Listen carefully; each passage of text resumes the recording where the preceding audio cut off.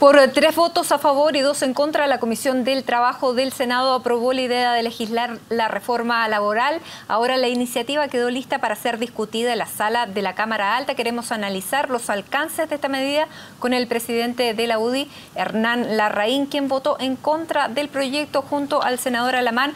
Senador Larraín, muchísimas gracias por este contacto con CNN Chile. Muy buenas tardes. Buenas tardes, Matilde. ¿Cómo está usted? Muy bien. Usted votó en contra de la idea de legislar esta reforma, sin embargo, la reforma va a pasar a la sala. Lo que yo le quiero preguntar es qué expectativa tiene usted de modificaciones de este proyecto de reforma a la luz de las declaraciones de los ministros Burgos y Valdés del día de hoy, que decían el crecimiento no está garantizado, tenemos que trabajar todos y eso incluye tener una reforma laboral equilibrada. Esto está en proceso en el Congreso y veo muchos dispuestos a mirar con lentes distintos el tema de las pymes.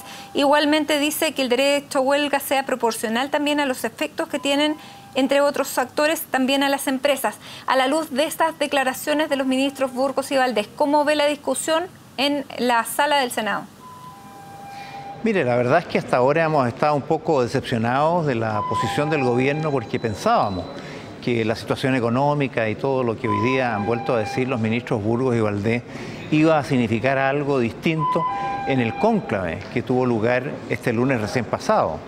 Pero en lugar de reafirmar los cambios que tiene que tener el programa de gobierno y sus reformas, lo que en ese cónclave ocurrió fue simplemente una manera de recuperar la unidad de la nueva mayoría y no de cambiar el rumbo de lo que estaban haciendo. Y por lo tanto, yo estaba muy decepcionado de lo que había pasado porque teníamos la esperanza de que precisamente, así como es necesario cambiar la reforma tributaria para que se pueda aplicar, pudiéramos también tener la buena disposición del gobierno para cambiar la reforma laboral y hacer una reforma pro empleo, una reforma que permitiera de verdad ayudar al crecimiento económico y no seguir hundiéndolo más. La sensación que quedamos en las primeras horas después del cónclave es muy negativa.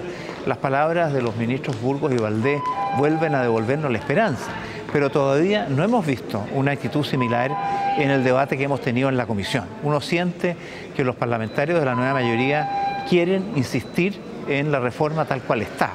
Y incluso más, es probable que quieran endurecerla en algunos aspectos porque hay mucho de ideologismo detrás de lo que hay en esta reforma. Es una reforma que... Senador, yo le quiero hacer una pregunta, pero esta composición del Senado es la misma que cambió la reforma tributaria hace un año, incluso salió esta frase de la cocina del Senado. ¿Usted espera que esos mismos parlamentarios, esos mismos senadores, ahora también participen en una nueva cocina? Bueno, yo quisiera, pero no ha sido así hasta ahora en el debate que hemos tenido. En ese minuto nosotros veíamos que en realidad respecto a la reforma tributaria habían muchos que estaban moviendo el carro para cambiar la reforma. Incluso partidarios del gobierno, todos los técnicos y ministros que vinieron era para cambiar la reforma tributaria planteada. Y quienes intervenían, por ejemplo, de las pymes o del mundo de las empresas, estaban en la misma posición. En este momento hemos tenido una situación distinta porque el mundo sindical, el mundo de la CUT, quiere que vaya más allá y no que se recojan cañuelas, por así decirlo, de alguna de las iniciativas. Entonces, el clima que hay en el Senado es distinto al que había en la reforma tributaria. En esa era evidente que iba a producirse un cambio en el Senado y se produjo.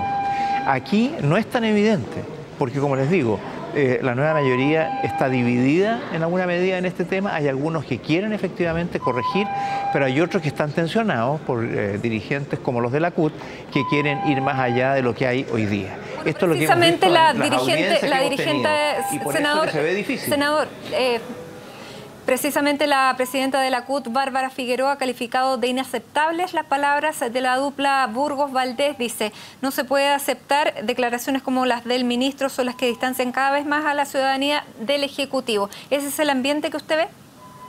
Exactamente. Yo, a diferencia de lo que había en la reforma tributaria, en donde no había nadie que quería ir más allá, profundizar en lo que había hecho el proyecto, como hoy día existe en la reforma laboral, el clima era otro y fue propicio para generar cambios muy radicales en la reforma, que a pesar de que no quedó buena, se corrigió y se evitaron males mayores. Aquí yo tengo la sensación de que la nueva mayoría y sus parlamentarios están tensionados. Por un lado, por la racionalidad que hay en las palabras de los ministros Burgos y Valdés, para no agravar la situación económica causada en buena medida por el impulso de esta reforma. Pero por el otro lado, tensionados por estos dirigentes que quieren más y más y más. La verdad es que es complejo porque el mundo sindicalizado en Chile representa el 15% de los trabajadores. Y está bien, yo creo que siempre es justo para lograr un equilibrio de fuerzas que los dirigentes sindicales tengan la capacidad de negociar y que la huelga sea una herramienta de presión eficaz. Pero al mismo tiempo hay que mantener equilibrios. Primero, por los trabajadores que no están sindicalizados. Aquí esta reforma solo se preocupa de ellos.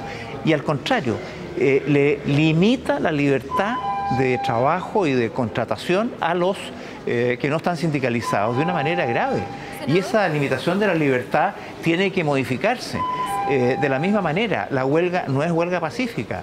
El reemplazo, que es un eje del proyecto, no ha sido acogido en las modificaciones que pareciera necesario introducirle para evitar la destrucción de la propia fuente de trabajo. Ese es el clima que impide pensar con optimismo que podamos reducir los efectos negativos de este proyecto. Senador, cuando usted dice que un 15% de los trabajadores está sindicalizado, Josep Ramos, que es un economista destacado de la Universidad de Chile, plantea que con la reforma laboral van a estar sindicalizados un 5% más. ¿Ese 5% más podría afectar tanto a la industria? Bueno, es que esa es una estimación personal, porque lo que esta reforma pretende es, por ejemplo, cuando se hace una negociación colectiva por un sindicato o varios sindicatos que logran ciertas prerrogativas, si alguien que no pertenece al sindicato quiere sumarse a ella, induce a la sindicalización obligatoria.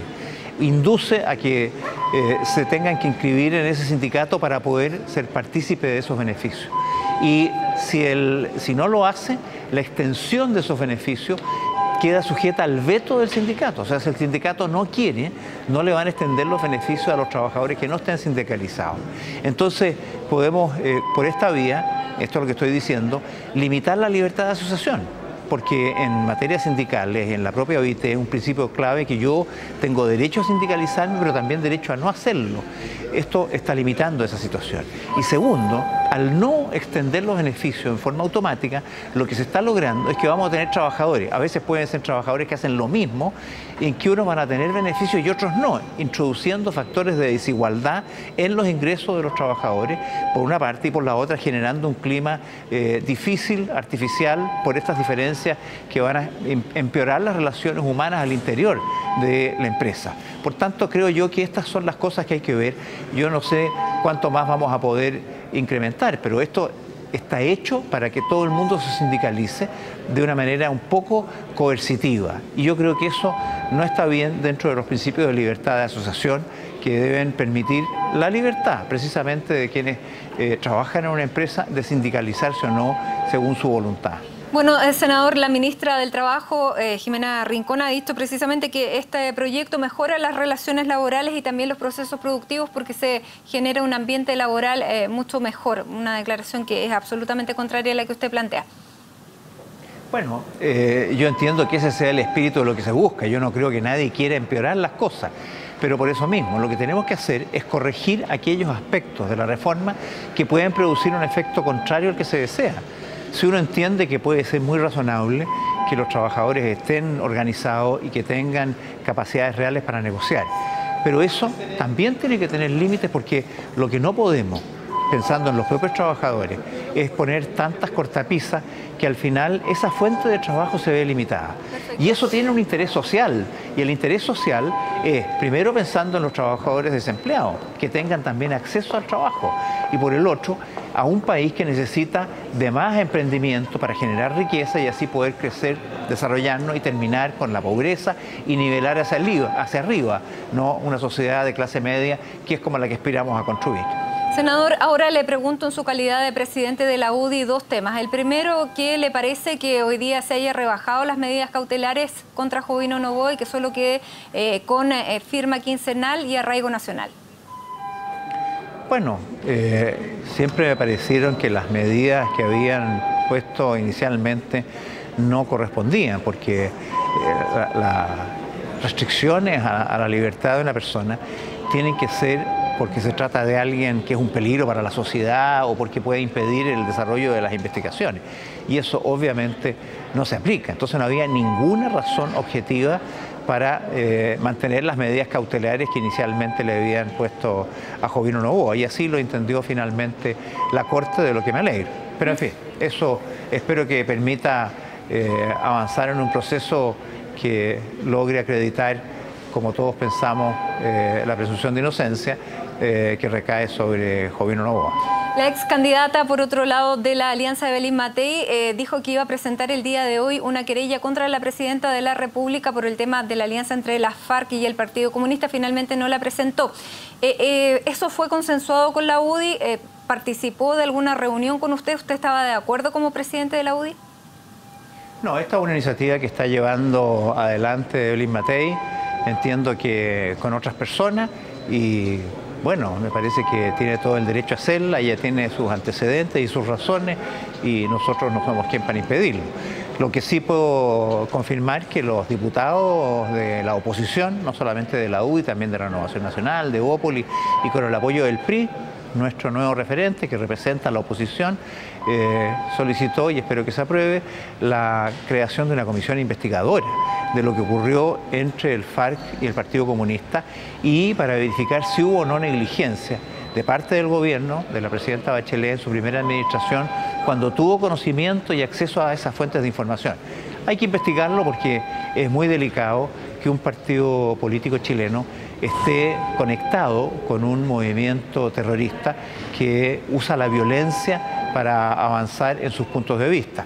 Y si acaso es verdad que algunos dirigentes chilenos se han entrenado producto de este acuerdo del Partido Comunista, acuerdo eventual, no estoy afirmando que así sea, pero de acuerdo a lo que se desprende pudiera serlo, se han formado en la guerrilla colombiana, la narcoguerrilla colombiana que representan la FARC. Perfecto. Eso me parece bien que se investigue. Senador Larraín, muchísimas gracias por este contacto a esta hora con CNN Chile. Muy buenas tardes. Bueno, buenas tardes, Matilde, muchas gracias. Y hasta ahora nos vamos a una pausa, ya son las 6 de la tarde, continuamos aquí en Noticias y Perspectivas al regreso.